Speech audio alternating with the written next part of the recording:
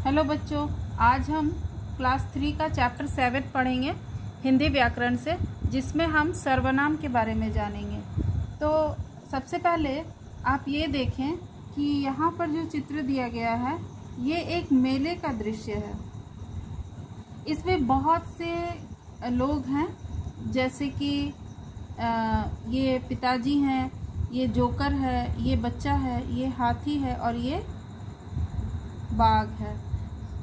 तो इस तरह से ये जितने भी लोग हैं यहाँ पे, ये सभी संज्ञा हैं। लेकिन इसको अगर हम वाक्य में ढालें तो इस तरह से कि कल मैं पिताजी के साथ सर्कस देखने गया, वहाँ मैंने बहुत सारे करतब देखे, ये बच्चा कह रहा, और जिसमें मुझे जोकर बहुत पसंद आया।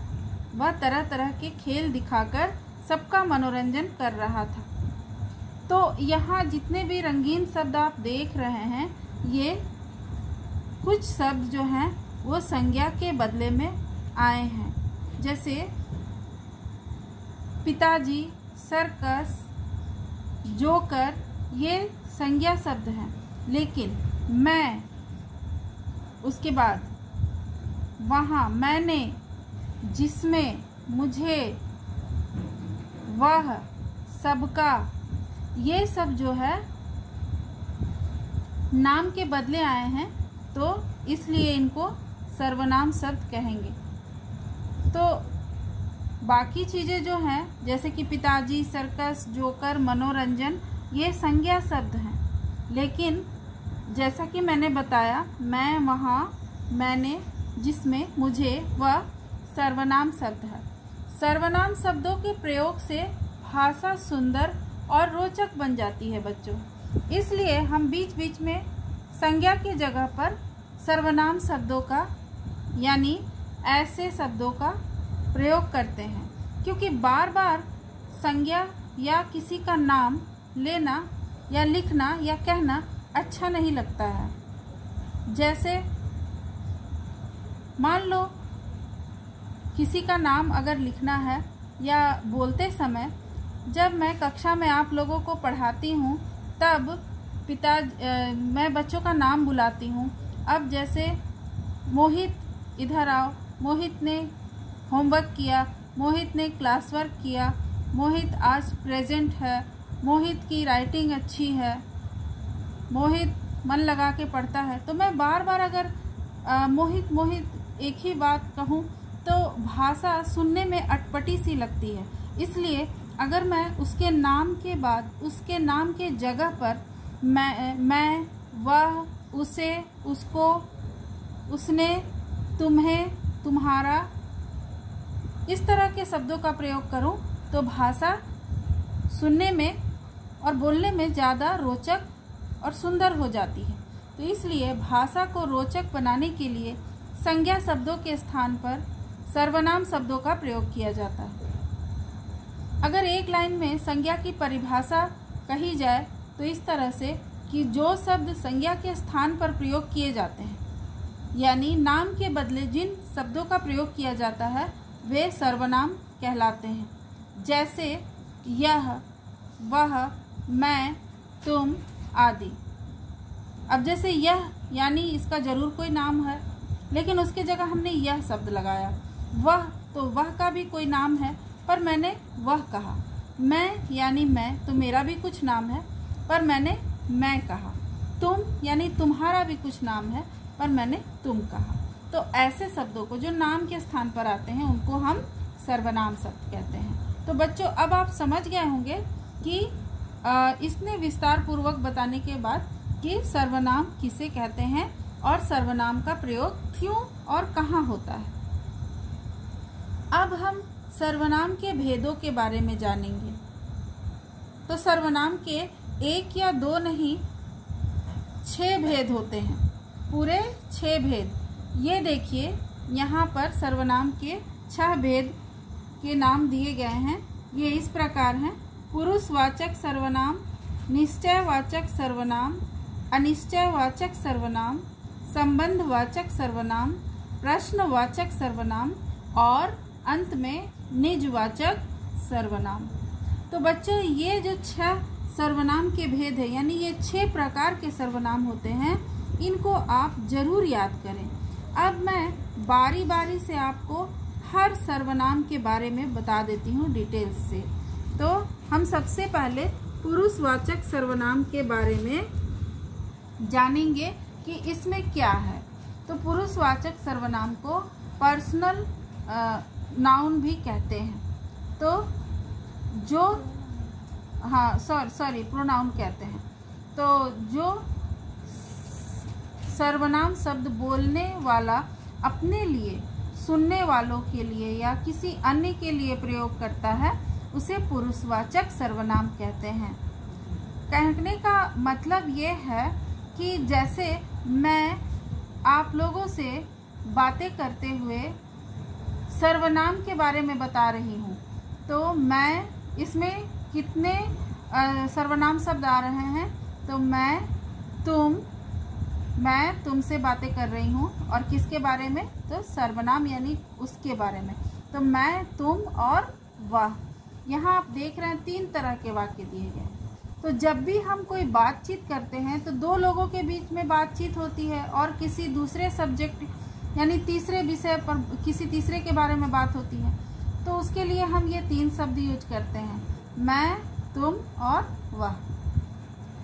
अब आप देख रहे हैं इससे बनने वाले वाक्यों को, जैसे मैं कल दिल्ली जाऊंगा, तुम भी मेरे साथ चलो, वह क्या कर रहा है, इस तरह से। उसके बाद है दूसरा निश्चयवाचक सर्वनाम। निश्चयवाचक सर्वनाम को कहते हैं, वो सर्वनाम है ये जो निश्चय पूर्वक किसी व्यक्ति या वस्तु के लिए प्रयोग किया जाए, यानी जिसमें हम पूरी तरह से निश्चित हैं, कंफर्म है कि हाँ ये बात बिल्कुल सही है। जैसे आप यहाँ चित्र में देख रहे हैं कि एक बच्चे के सामने एक किताब लेकर खड़ी है, और वह कह रही है यह पुस्तक तुम्हारी है। तो ये सही में, इसमें कोई गलत बात नहीं है, ये पूरी तरह से कंफर्म है कि ये निश्चित है कि ये पुस्तक तुम्हारी है। मेरी अध्यापिका आ रही है, यानी मेरी अध्यापिका यानी मेरी टीचर आ रही है। जैसे इसके अलावा और भी आप दिमाग लगा के वाक्य बना सकते हैं इस निश्चय वाचक पर।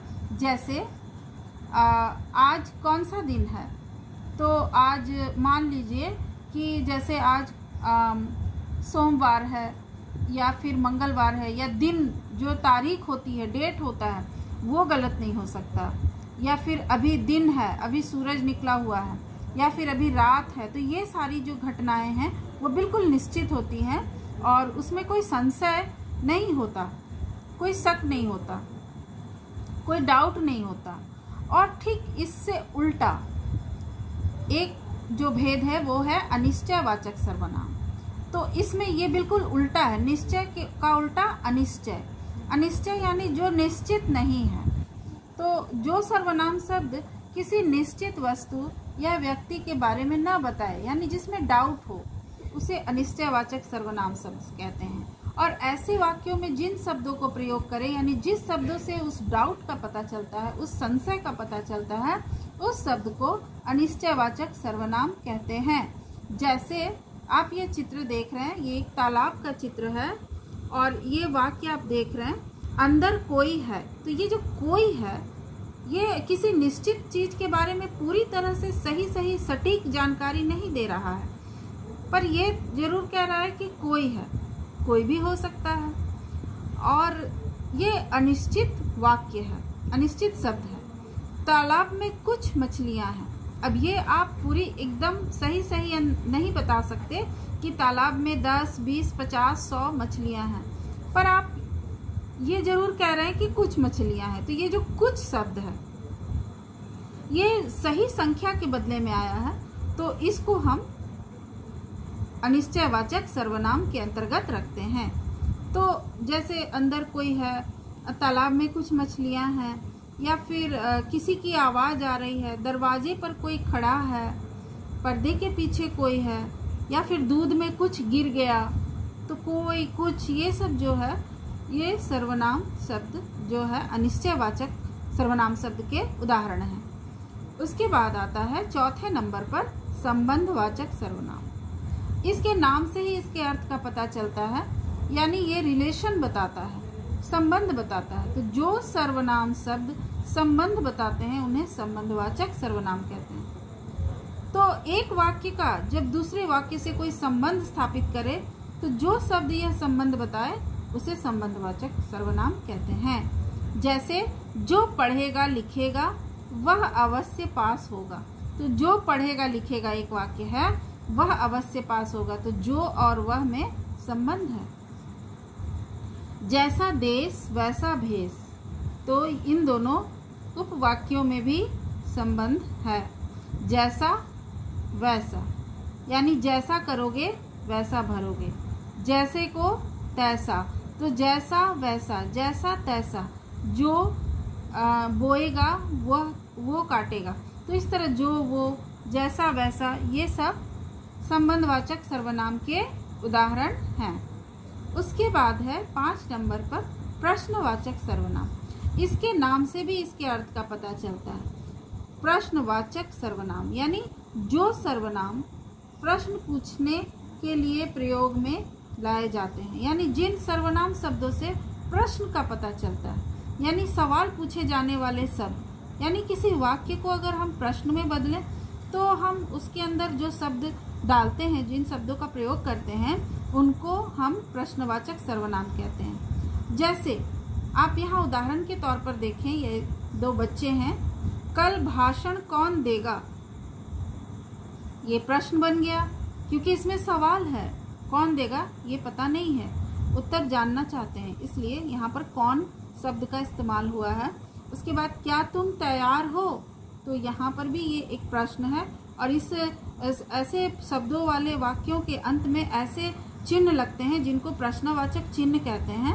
ये वाक्य को प्रश्न में बदल देते हैं। तो ऐसे शब्द जैसे कौन, क्या, फिर तुम कब आए, तुम क्या कर रहे हो, तुम क्यों रो रहे हो, तुम्हें किसने डांटा, तो तुम कहाँ जा रहे हो।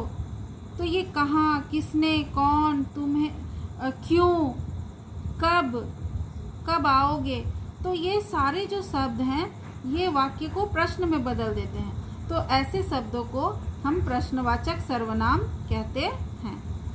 उसके बाद अंत में आता है निजवाचक सर्वनाम। निजवाचक यानी अपने लिए जो शब्द हम यूज करते हैं, यानी जो सर्वनाम शब्द स्वयं अपने लिए प्रयोग किया जाए उसे निजवाचक सर्वनाम कहते हैं। तो हम अपने नाम के बदले जिन सर्वनाम शब्दों का प्रयोग करते हैं उनको हम निजवाचक सर्वनाम कहते हैं। जैसे वह अपने आप सो जाएगा, यानी वो खुद सो जाएगा। वह स्वयं वहाँ जाएगा, यानी वह अपने से यानी खुद से चला जाएगा वहाँ पर। तो अपने आप, स्वयं, खुद, अपने से, ये सारे जो शब्द हैं जो खुद हम अपने लिए यूज करते हैं, जो काम हम स्वयं करते हैं उसके लिए जो हम शब्द यूज करते हैं वो हो गए निजवाचक सर्वनाम।